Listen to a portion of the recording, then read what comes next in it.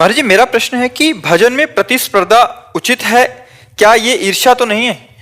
मतलब दूसरे से प्रतिस्पर्धा करना कि ये ज्यादा भजन कर रहा है मेरे से, या मुझे भी उतना करना चाहिए। वैसे देखना ही नहीं चाहिए, ये विषय नहीं देखना चाहिए, अपने को देखना चाहिए। और अपना भजन कभी पूर्ण भी नहीं होता, कितना भी करो ऐसा लगता है कि अभी जैसा होना चाहिए वैसा नहीं हो रहा। हम दूसरे को क्यों देखें? भगवान उससे जैसा करवा रहे हैं वो वैसा कर रहा है। मान लो हम किसी का भजन देखेंगे तो किसी के दोष भी देखेंगे, फिर ठीक नहीं है।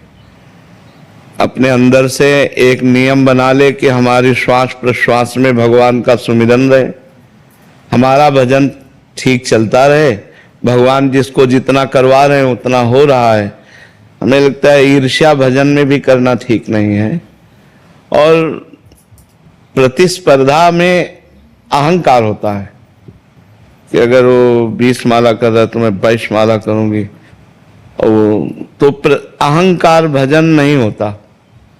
अहंकार गलित हो जाए वो भजन होता है। तो जो हमें लगे कि हमसे ज्यादा भजन करता है उसके हम पैर छुएं तो हमारा अहंकार चला जाएगा। हम उससे बढ़कर भजन करें, हमारी भावना बनी रहे, लेकिन ये भगवान का नाम जपता है इसलिए इसके हम भाव करें, उसको उससे द्वेष न करें। जो हमारे प्रभु का नाम जप करने वाले हैं, अधिक से अधिक नाम जप करते हैं, हम उनका सम्मान करें, उनका आदर करें, उनको प्रणाम करें। उनसे ईर्ष्या करने या प्रतिस्पर्धा करने की तो हमें कोई बात ही समझ में नहीं आती। जो हमसे ऐसा लगता है कम भजन करते हैं उनको दुलार करें और इनका भजन बढ़े, भगवान से प्रार्थना करें। हमें लगता है हमसे ज्यादा भजन करते हैं तो हम उनका चरणामृत पिएं, उनके चरणों में प्रणाम करें, उनको नमस्कार करें क्योंकि महान भक्त हैं। तो दोनों तरफ हमारी अंदर कोई गंदी बात नहीं आई जो हमारे मन को गंदा कर सके, ना ईर्ष्या आए और ना लघुता आए। जो कम भजन करते हैं उन पर और भगवान सद्बुद्धि दें, इनका भजन बढ़े। ज्यादा भजन करते हैं उनको नमस्कार करते हैं। तो प्रतिस्पर्धा तो संसार में होती है, भजन में तो नहीं होती। पंकज जी सूरत से। श्री हरिवंश। महाराज जी, हम ऐसा क्या करें जिससे हमारे गुरुजी हमारे अनुकूल रहें, वे हम पर प्रसन्न हो?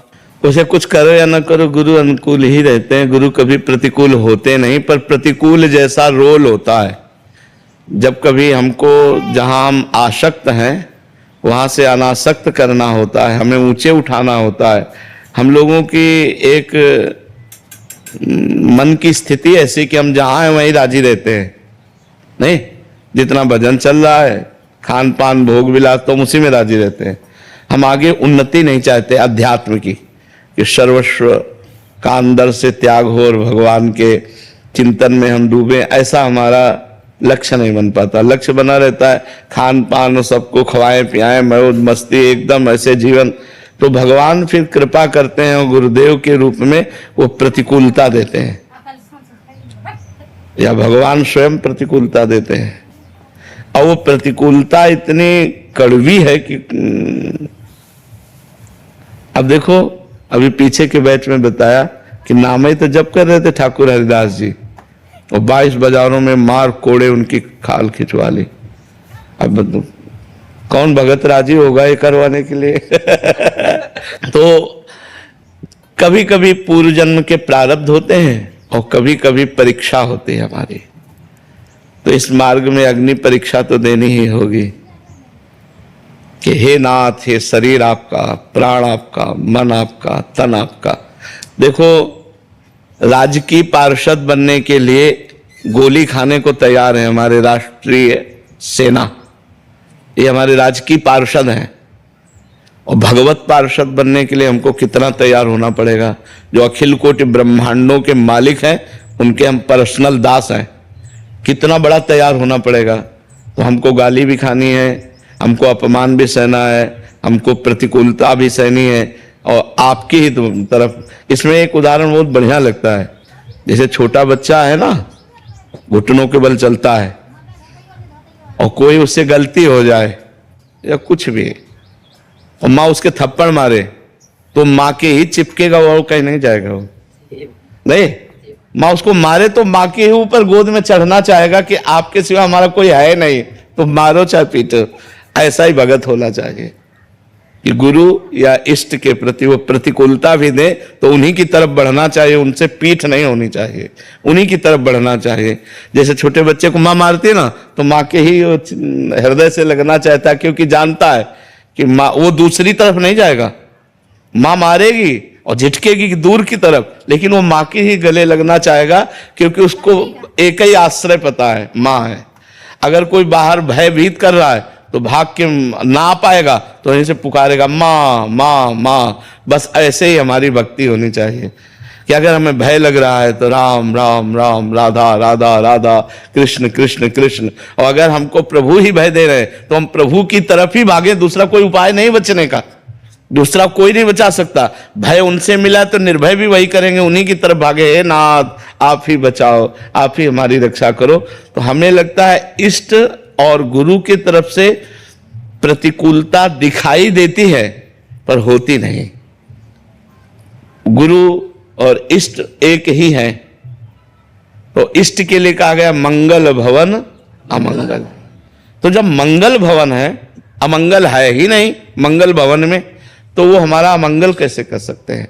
तो हमें ऐसे रहना है बहुत कठिन, फिर भी कह रहे है बहुत कठिन, क्योंकि अनुकूलता में तो लगता है भगवान की कृपा है, सब अनुकूल चल रहा है तो लगता है भगवान की कृपा है, लेकिन सब प्रतिकूल हो जाए तब ये बोलो कि भगवान की बड़ी कृपा है, ये बड़ी बात होगी।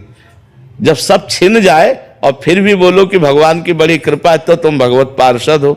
और वो देखते हैं, दे के भी देखते हैं और लेके भी देखते हैं।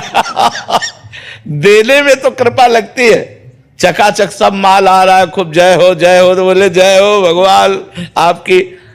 और जब झाड़ू लगा दिया, सब हटा दिया, अब भी विशुद्ध कृपा है, कोई न कोई राग है जिसका नाश करके भगवान हमको अपने तक बुलाना चाहते।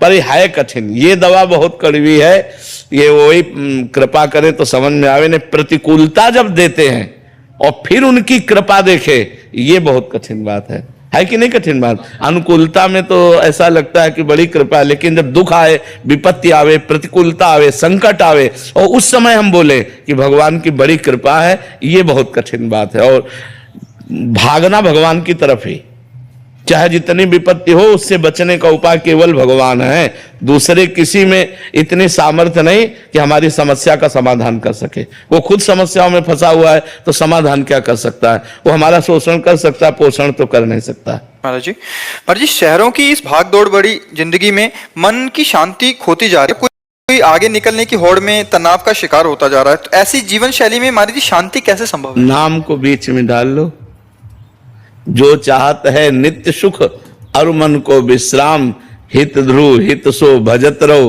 पल पल श्यामा श्याम श्यामा श्याम श्यामा श्याम। यदि नाम जप करने लगो तो सब बात ठीक हो जाए। दौड़ भाग तो करनी पड़ेगी, और संसार की वस्तुएं भी चाहिए, परिवार है, शरीर है, तो हमें परिवार का पोषण करने के लिए धन चाहिए, शरीर का पोषण करने के लिए धन चाहिए, धन के लिए व्यापार नौकरी चाहिए, व्यापार नौकरी उन्नतशील हो, ये ऐसे कम अर्थ वाला ना हो जिससे हमारे पूरा परिवार। तो अब ये सब चिंतन जब चल रहा हो, उसी समय नाम चलाओ, राधा राधा राधा। ये हमारे भाग्य में होगा तो व्यवस्था हो जाएगी, क्या चिंता करनी। राधा राधा राधा। नाम जप नहीं तो इतना सोच बढ़ती चली जाती है, ओवर थिंकिंग होती जाती है कि कभी कभी नकारात्मक भावों का जाल बिछ जाता है और हम डिप्रेशन में पहुंच जाते हैं। अधिक सोच होना और व्यर्थ की सोच होना और निगेटिव सोच होना, ये डिप्रेशन का मूल है, इसी से डिप्रेशन बनता है।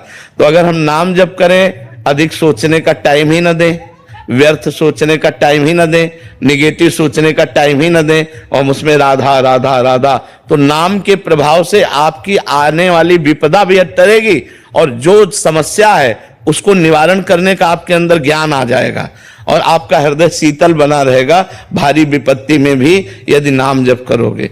और नाम जप होगा तो हमसे गलतियां भी नहीं होंगी। जब नाम जप नहीं होता, केवल संसारिक चिंतन होता है, तो कहीं ना कहीं हमारा मन चाहता है कि हम आनंदित हों, तो फिर गलत जगह वो आनंद ढूंढता है। शराब पीना, मांस खाना, व्यभिचार करना, गलत जगह वो आनंद की खोज करने लगता है। इसलिए हमें अच्छे मार्ग में चलना है, शांत और सुखमय जीवन व्यतीत करना है, तो भगवान की शरण में होकर भगवान का नाम जप करना ही है, दूसरा कोई रास्ता नहीं है। तो जी ये संकेत हमें कैसे मिलेंगे कि हमारे प्रारब्ध के कर्म का भोग हम काट चुके हैं या काट रहे हैं? और जब तक शरीर रहता है तो इसका प्रारब्ध रहता है। शरीर छूटा, प्रारब्ध खत्म। समझ पा रहे हो? शरीर रहता है तब तक प्रारब्ध भोग रहता है, ऐसा थोड़ी है। आज आप चकाचक सब आनंद चल रहा है, कल देख लेना दुख आएगा। आज दुखी चल रहे, कल देख लेना सुख आएगा। इसका क्रम बना हुआ है, प्रारब्ध दुख सुख का क्रम बना हुआ है। जब तक शरीर है तो प्रारब्ध ही से तो बना है। प्रारब्ध मिटा, शरीर खत्म, शरीर खत्म, प्रारब्ध मिट गया। प्रारब्ध तब तक रहेगा जब तक शरीर रहेगा। महाराज जी घर का माहौल अक्सर थोड़ा नकारात्मक रहता है हमारे घर के सदस्यों के कारण, इस वजह से हमारे अंदर भी नकारात्मक ऊर्जा आती रहती है, मन चिड़चिड़ा हो जाता है, फिर नाम जप में मन नहीं लगता। हाँ, नहीं नहीं, नाम जप करके इस स्थिति को क्रॉस करो। बड़ी कृपा है जो नकारात्मक आसपास वातावरण है, इसमें पास हो गए तो कहीं फेल नहीं होगे। अनुकूलता में भजन हो तो प्रतिकूलता में डर रहता है छूटने का, और जब प्रतिकूलता में भजन का अभ्यास हो जाता है तो अनुकूलता में तो अपने आप होगा। तो इसलिए डरो मत, हिम्मत बनाकर हर प्रतिकूल परिस्थिति में नाम जप करते रहो।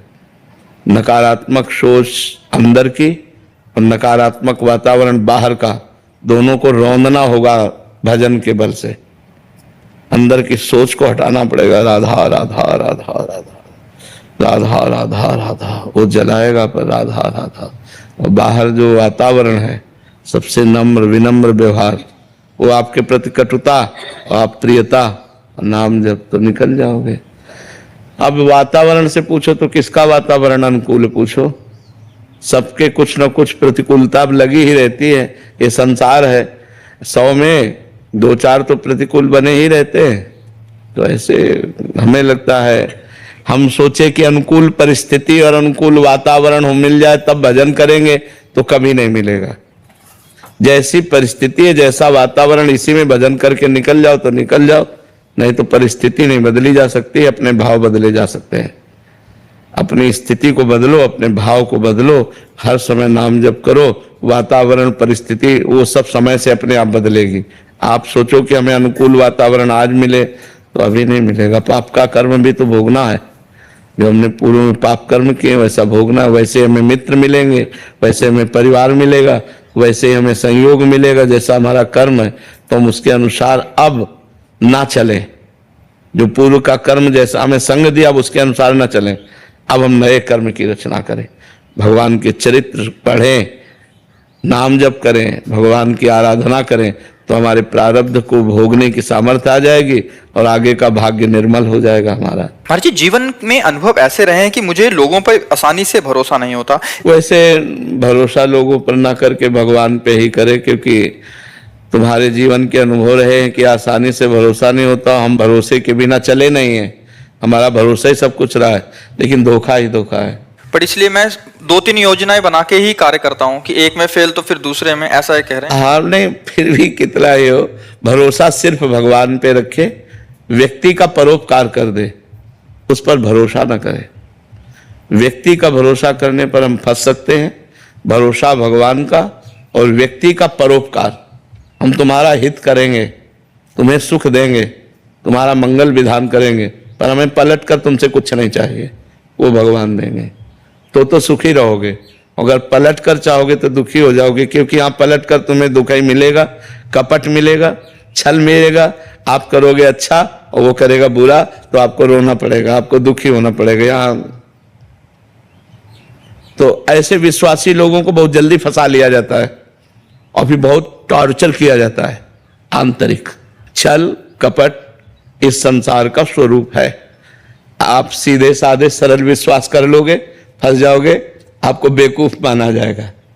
आप हित कर रहे हो, वो आपको बेवकूफ मान रहा है। आप हित कर रहे हो, खूब जानबूझ के हित कर रहे हो, तो परहित करो और विश्वास भगवान पे रखो, तो यहाँ चैन से रह सकते हो। नहीं, यहाँ बहुत विचित्र संसार है, बहुत विचित्र संसार है। यहाँ छल कपट का राज्य, विश्वास का नहीं। यहाँ कोई ऐसा नहीं कि हाथ मिलाकर दिल से दिल मिलाकर हमारे साथ चल सके। हाथ मिलाएगा तो जेब देखेगा, दिल नहीं।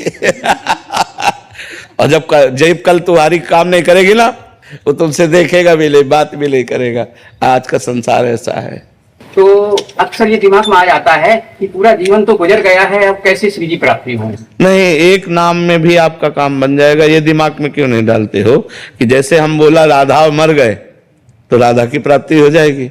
हमको अंतिम फाइनल पे पहुंचना है कि अब अंतिम समय, चूंकि अपने को पता नहीं है, मालूम नहीं है कि हम कब मरेंगे, तो हम हर समय राधा राधा कह रहे हैं। जब मरेंगे तब राधा राधा कह के मरेंगे तो हमें भगवत प्राप्ति हो जाएगी। जैसे अजामिल ने अपने पुत्र के बहाने नारायण नाम बुलाया तो अंतिम समय नारायण निकलने के कारण भगवत प्राप्ति उसे हुई। तो अगर हम अभी राधा बोलते हमारे प्राण निकल जाते तो भगवत प्राप्ति हो जाएगी। हमें चिंता नहीं करनी, हमें चिंतन करना है। ठीक है, जितना बचा हुआ जीवन है उसमें खूब नाम जप करो, इसी से भगवत प्राप्ति हो जाएगी। सुना है